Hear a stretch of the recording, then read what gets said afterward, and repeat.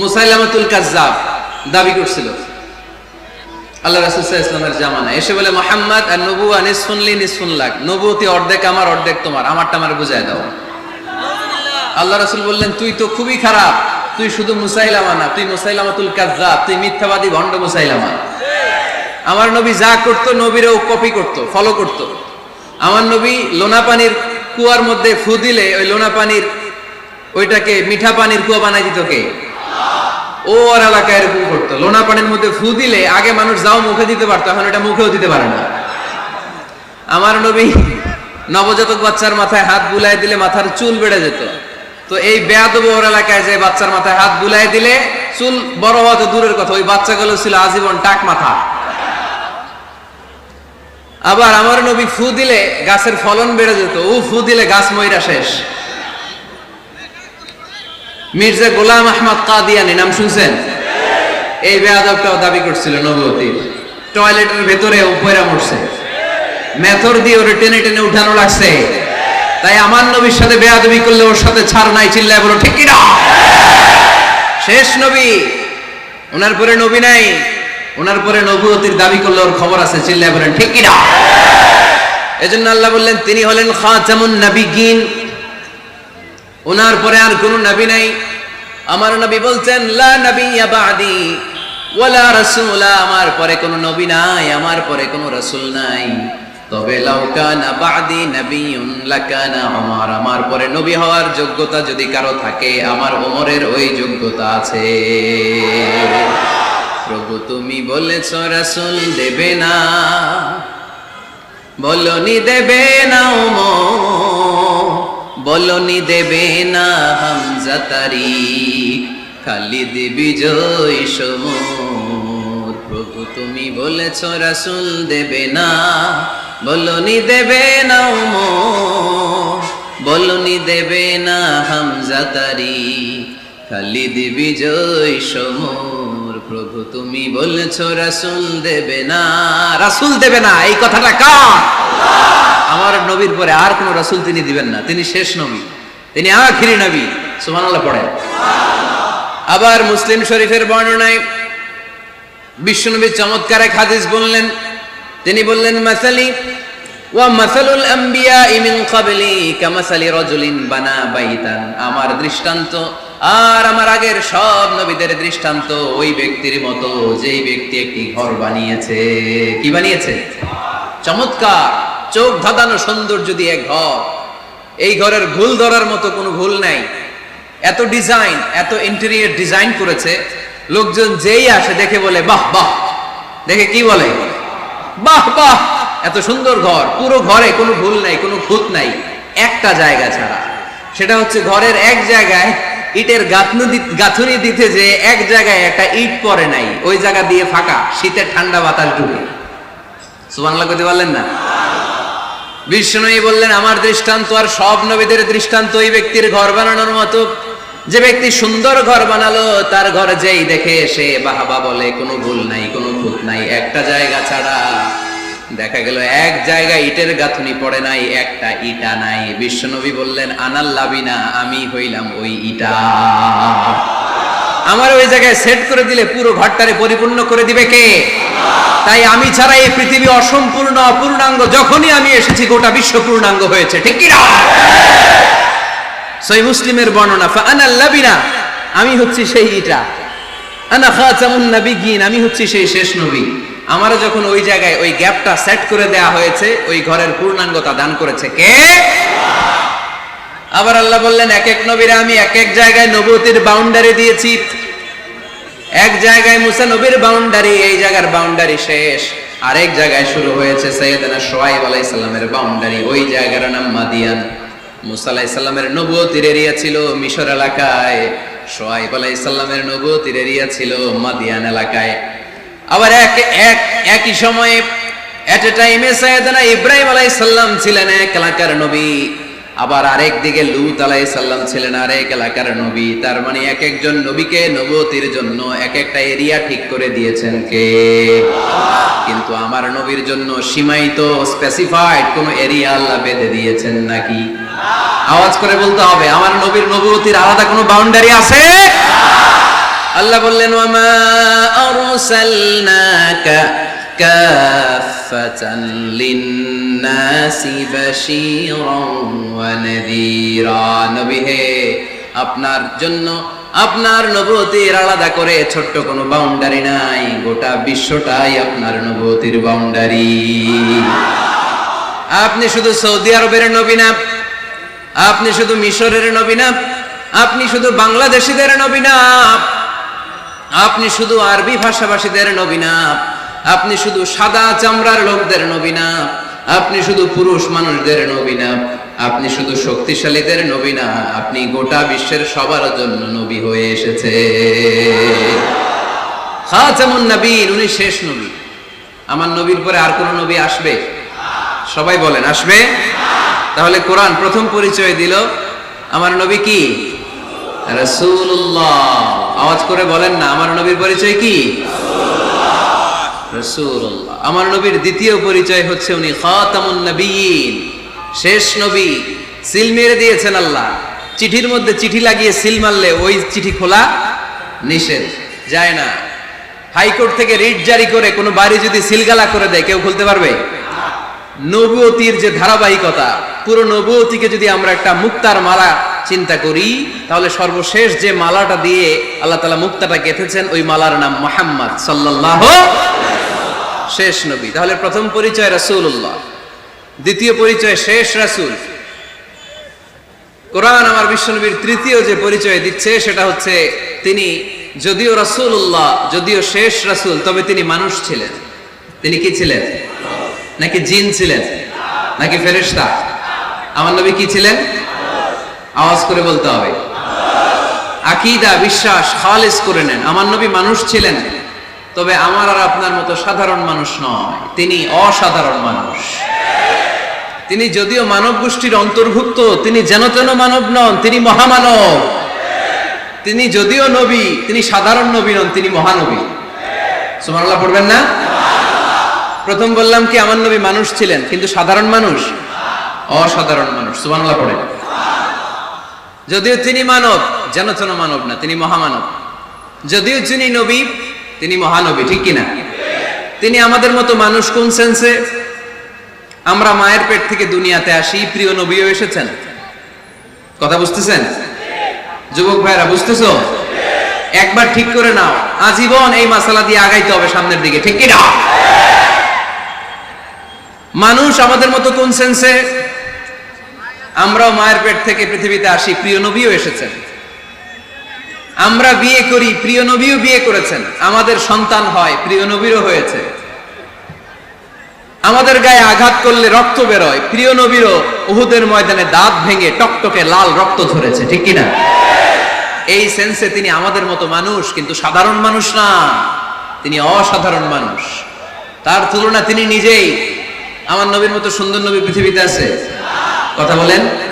যাদের চেয়ে সুন্দর তুমি নবী আমার কামলিওয়ালা,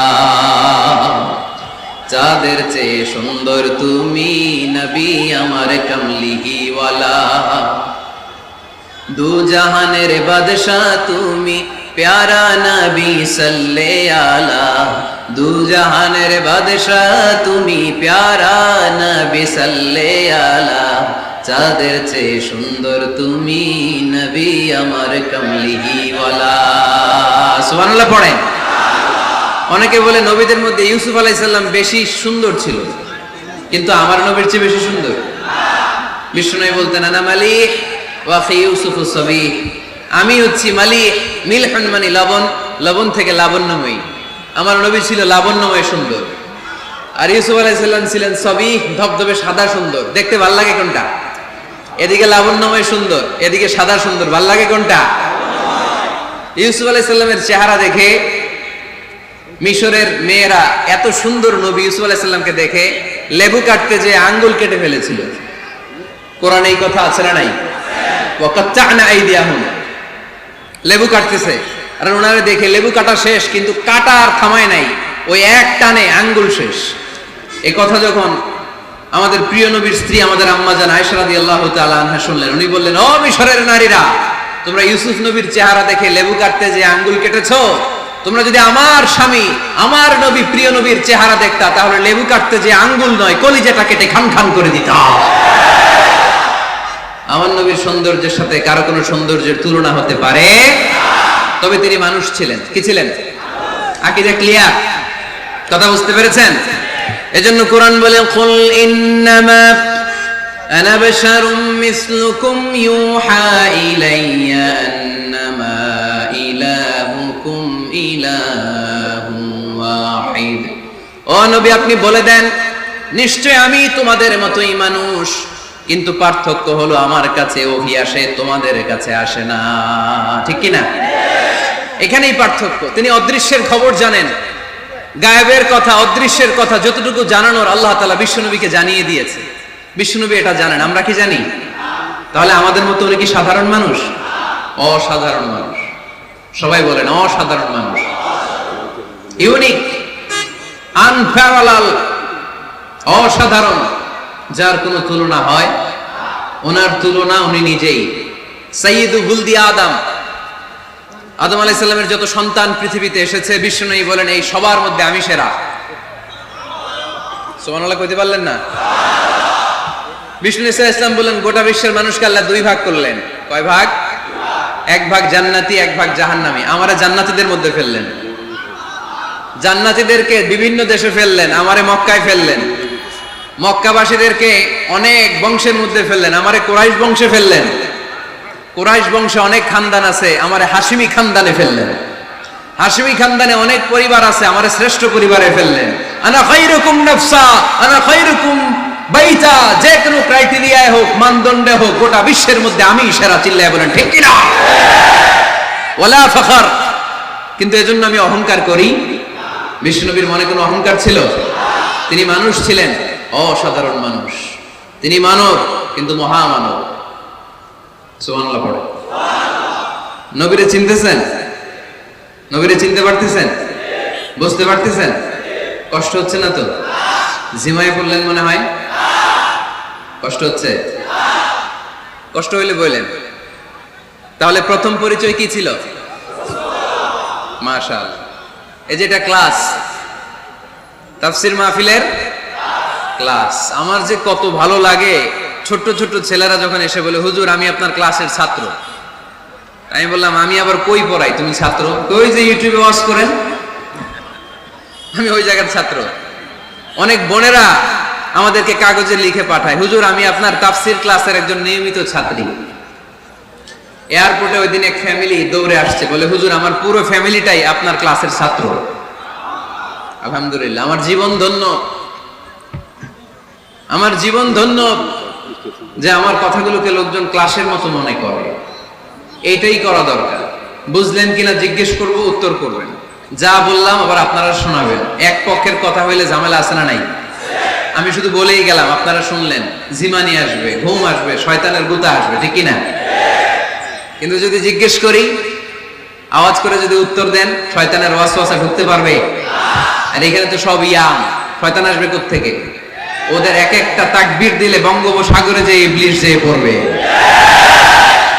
তাহলে আমার নবীর প্রথম পরিচয় তিনি রাসূলুল্লাহ, ঠিক কিনা? তিনি রাসূল ছিলেন। দ্বিতীয় পরিচয় শেষ নবী। 3 নম্বর পরিচয় তিনি মানুষ ছিলেন। কি ছিলেন? অসাধারণ মানুষ।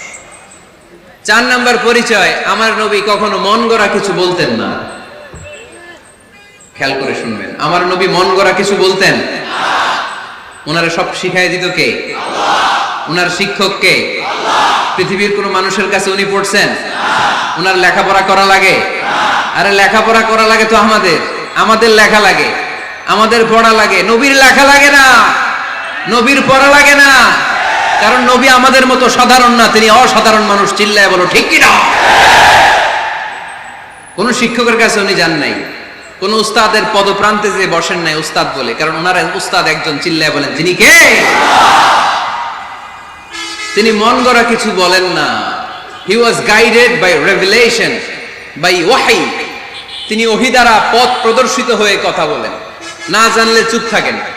আমাদের একটা বদ অভ্যাস, না জানলেও আমরা বলি, আছে না নাই? আমি জানি না, এটা বলতে এত লজ্জা লাগে আমাদের। এত লজ্জা লাগে, এত লজ্জা লাগে। এখন থেকে এইটা প্র্যাকটিস করবেন, বলবেন যে আমি জানি না, আসলেই তো আমি জানি না। আমি কি জানি? জানে তো একজন, তিনি কে? আমি জানি, আমার চেয়ে বড় কেউ নাই, এটা বললেই খবর আছে। এরকম বলে শয়তান, এরকম বলে কে? মুসা আলাইহিস সালাম ওয়াজ করতেছিলেন উম্মতের মাঝখানে। এক উম্মত দাঁড়ায় বলে, ইয়া নবী আল্লাহ মান আ'লামু ফিল আরদ, হে নবী মুসা, একটা প্রশ্ন। কি প্রশ্ন? আপনি বলেন তো বর্তমান পৃথিবীতে সবচেয়ে বড় জ্ঞানী কে? এক স্টপ। আপনি বলেন তো সবচেয়ে বড় জ্ঞানী কে? মুসা আলাইহিস সালাম বলে আমি। মুসা আলাইহিস সালাম কি বললেন? আসলে ভুল বলেন নাই, কারণ যাকে আল্লাহ কোন এলাকার জন্য নবী বানিয়ে পাঠান, তাকে তো ওই এলাকার সবচেয়ে বেশি জ্ঞান দিয়েই পাঠান, ঠিক কিনা? কিন্তু আল্লাহ চেয়েছেন মুসা আলাইহিস সালাম এইভাবে না বলে যদি এরকম বলতো আল্লাহু আ'লাম, আল্লাহ বেশি জ্ঞানী, তাহলে আল্লাহ বেশি খুশি হতেন। যখনই বললেন আমি, আল্লাহ ডেকে বললেন মুসা নো, তুমি সবচেয়ে বেশি বড় জ্ঞানী না। ইযহাব ইলা মাজমাইল বাহরাইন, দুই সাগরের মিলনস্থলে একটা জায়গা আছে, ওখানে আমার এক বান্দা আছে যে তোমার চাইতেও জ্ঞানী। ইসমুহু খদির, তার নাম খদির, যারা আমরা বাংলায় বলি খিজির। খিজির আলাইহিস সালাম বলি না, আসলে ওনার নাম কি? খদির। খদির মানে এভারগ্রিন, সবুজ। উনি কোন জায়গায় বসলে ওইখানকার হলুদ ঘাসগুলো মুহূর্তে সবুজ হয়ে যেত। গাছপালা না জন্মালে ওদিক দিয়ে হাঁটলে সবুজ গাছপাতা জন্মাতে শুরু করত। তাই কখনো বলা যাবে না আমি সব জানি, সব জানে একজন, তিনি কে? আমার নবীর 4 নাম্বার পরিচয়, উনি মন গড়া কোনো কথা বলতে জানতেন। নবীরা মন গড়া কিছু বলে? কোন নবীর কথার সাথে কোনো বৈপরীত্য আছে? আপনারা এরকম কি শুনেছেন এক নবী বলছে আল্লাহ আছে, আরেক নবী এসে বলছে না আল্লাহ নাও থাকতে পারে? এমন কি কখনো হয়েছে কোন নবী এসে বলেছে আখিরাত আছে, আরেক নবী এসে বলেছে না আখিরাত নাও হইতে পারে? কথা কম। তার মানে নবীরা মন গড়া বলে না, ফলে নবীদের কথার বৈপরীত্য নাই। কিন্তু কবিদের কথার বৈপরীত্য আছে না নাই? দার্শনিকদের কথার অমিল আছে না নাই? এক দার্শনিক বলে মানুষ পেট সর্বস্ব জীব, মানুষের বড় সমস্যা পেট সমস্যা, এটা ঠিক হইলে সব ঠিক। আরেক দার্শনিক এসে বলে না মানুষের সেক্স সমস্যা বড় সমস্যা, যৌন সমস্যা, এটা ঠিক করে দিলে সব ঠিক। আরেকজন এসে বলে না পেটও না যৌন সমস্যাও না, মানুষ আসলে মানুষই না, মানুষ হইল বান্দর। তাহলে দেখেন 3 দার্শনিক 3 কথা বলছে, ঠিক কিনা? কিন্তু পৃথিবীতে যে লক্ষাধিক নবী, একজনের কথার সাথে আরেকজনের কথার কোনো অমিল আছে? কারণ নবীরা দার্শনিকদের মতো মন মস্তিষ্ক প্রসূত মন গড়া কথা বলে না, তাদের কাছে কথাগুলো আসে একটা হেডকোয়ার্টার থেকে। হেডকোয়ার্টারটা কার? এজন্য আল্লাহ বলেন ওয়ামা ইয়ানতিকু আনিল হাওয়া ইন হুয়া ইল্লা ওয়াহিয়ুন ইউহা। আমার নবী মন গড়া কিচ্ছু বলেন না, আমার কাছ থেকে ওহী পেয়ে তারপরে তিনি মুখ খোলেন। সুবহানাল্লাহ পড়েন আওয়াজ করে। কোন নবীর ফলোয়ার আপনি? কার ফলোয়ার? সালমান খানের ফলোয়ার হয়ে কি খুশি, অমুকের সাথে সেলফি তোলে কিভাবে ফেসবুকে মারতেছে দুমায়া লাইক, আছে না নাই? একটা লাইক পাওয়ার জন্য কত সেলফি, এমনে ওমনে। কার ফলোয়ার তুমি? জেনে নাও তোমার হিরোকে। Know your hero, know your prophet. তোমার নবীকে আজকে চিনে যাও। তুমি কার ফলোয়ার, তুমি কার ফ্যান, কে তোমার সেলিব্রিটি, জেনে যাও। মন গড়া কিছু বলতেন না, মন গড়া কখনো কিছু বলে নাই। মক্কায় ইহুদিরা এসে দল পাকালো, চল মুহাম্মদকে আজকে প্রশ্ন করে আটকায় দিবে। কি প্রশ্ন করবি? ইহুদিরা বলে এমন প্রশ্ন জানা আছে এগুলোর কিছুই মুহাম্মদ জানে না। ইহুদিরা এসে হাজির, মুহাম্মদ আমরা কালিমা পড়ে মুসলমান হব। আল্লাহ রাসূল তো মহা খুশি, তাই আসো, তবে শর্ত আছে। কি শর্ত? 3টা প্রশ্নের উত্তর দিতে পারলে লাইন ধরে আমরা সব কালিমা পড়ে ফেলব। কোন 3টা প্রশ্ন বলো? তারা প্রশ্ন শুরু করলো। প্রশ্ন নাম্বার 1, মা হুয়া রূহ। মুহাম্মদ বলো তো রুহু কারে বলে? রুহু কি? রুহু কাকে বলে? এই ক্যামেরাম্যান, এই তোমার কি? বসো মিয়া, এখনো ভদ্রতা শিখো নাই। আলোচনার মাঝখানে এদিক দিয়ে উঠবে ওদিক দিয়ে উঠবে, চপ চপ চপ, কথা নেই, বসো। কেউ উঠবো না, ক্যামেরাম্যান, অতিথি, সভাপতি, কোনো কথা না। আলোচনার মাঝখানে no one is allowed to talk or to make any disturbance.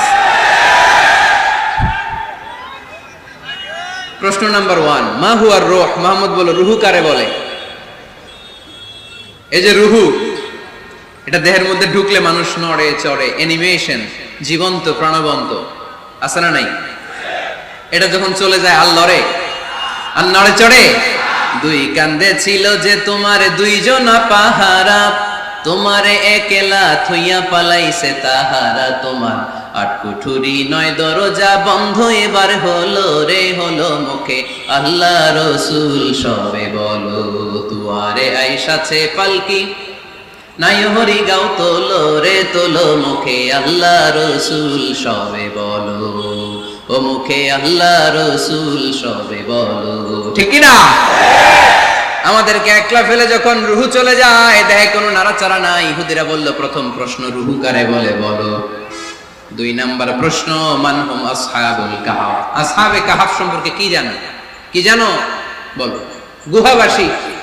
গুহাবাসীদের সম্পর্কে কি জানো? অনেক আগে তারা এসেছিল পৃথিবীতে। 3 নাম্বার প্রশ্ন, মান হুয়া যুলকারনাইন? যুলকারনাইন সম্পর্কে কি জানো বলো। প্রশ্ন কয়টা? প্রথম প্রশ্ন কি সম্পর্কে? রূহ। দ্বিতীয় প্রশ্ন আসহাবে কাহাফ। তৃতীয় প্রশ্ন যুলকারনাইন।